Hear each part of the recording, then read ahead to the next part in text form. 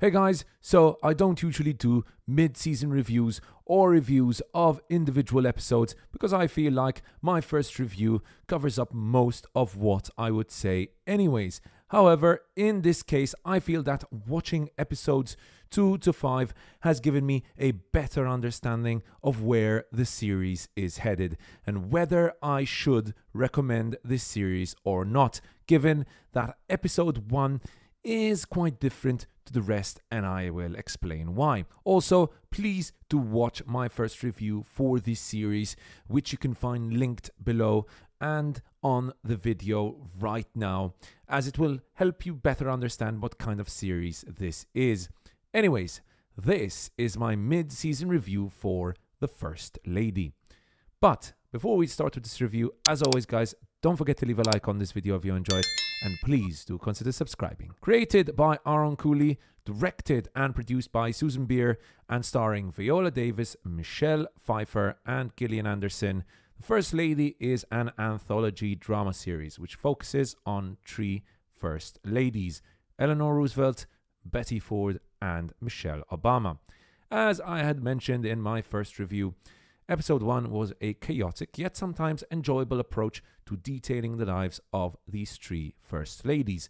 I personally disagreed and still disagree to this day with the approach of telling 3 stories in one series, rotating between the 3 timelines quite liberally with very loose themes linking all 3 stories. However, I do appreciate the decision by showrunner Susanne Bier to at least calm down a little on the transitions between one timeline to another.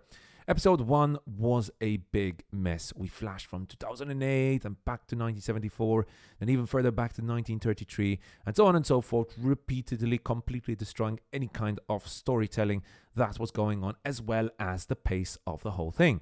From episode 2 onwards, the same thing happens. However, I feel like the stories are given more time to develop, and with sometimes even 10 to 12 minutes per First Lady storyline. Therefore, the stories are allowed to develop more, and as an audience, we are given more time to connect with each First Lady. I guess this can be construed both as a positive and a negative. I still feel that telling individual stories, one for each season, or at least splitting up the stories with 3 or 4 episodes per First Lady, would have led to a much better overall product.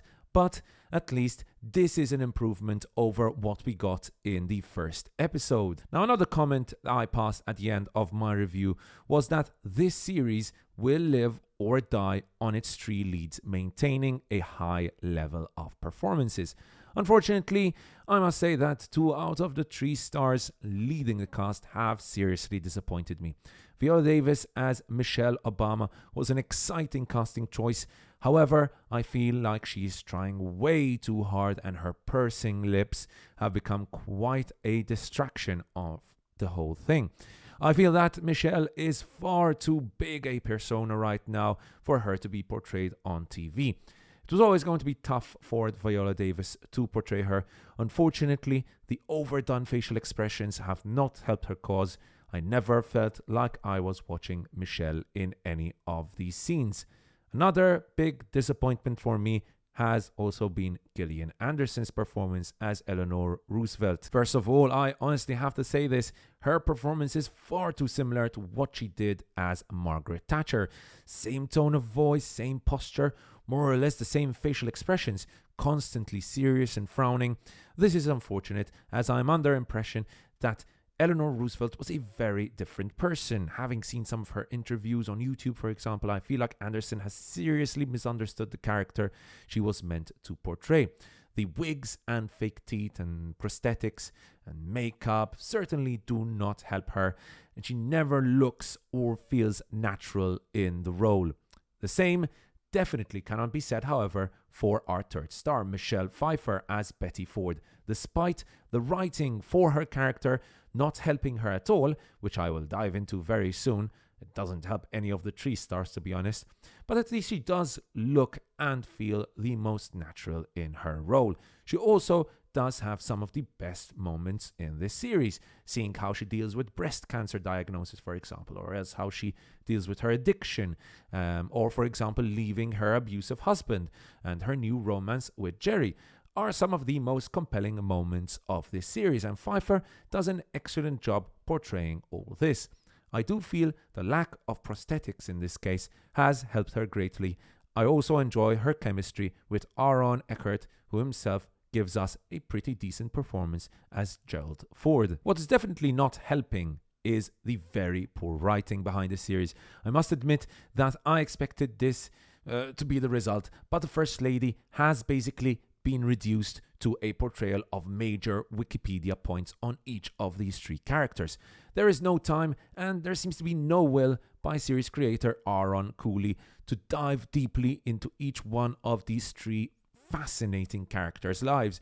Instead, we get very basic story points in each episode with the most obvious events in each of these characters' lives. Oh, hey, this is the episode when Michelle supports her husband after his poor results in the midterms. Oh, hey, this is when Eleanor discovers Franklin's marital indiscretions. Oh, hey, this is the episode when Betty becomes First Lady, and so she has to deal with the difficulties of the post-Watergate situation. It all feels so obvious.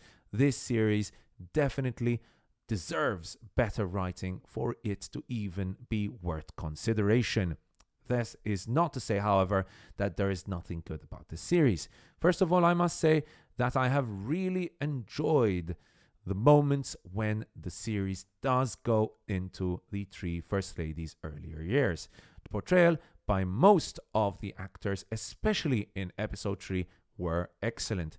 Jame Lawson especially was a standout, and I honestly wish she could continue portraying Michelle Obama further on in the series, as again, her performance felt so much more natural. To be honest, the same can also be said for Julian De Niro, whom I really enjoyed as a young Barack Obama. Christine Frosset as young Betty Ford was also very good. It would be very harsh to say that I was completely and utterly disappointed by this series. There is so much potential in the First Lady, and when it works, such as an incredibly compelling moment involving Pfeiffer's Betty Ford and her husband at the end of episode 5, it works really, really well. However, I will continue to insist that showrunner Aaron Cooley should have dealt with each of these First Ladies' lives separately to give each story more time to naturally develop. I find it hard to recommend The First Lady, despite me getting quite a lot of enjoyment out of specific certain moments here and there. My rating, however, so far for The First Lady is a very poor 2 out of 5. 5 more episodes to go. Let's see if the series can improve by the end or if it will remain a disappointment. If you enjoyed this review, don't forget to leave a like on this video, guys, and please do consider subscribing. Cheers, and I'll see you guys next time right here on Ad Lib Talk.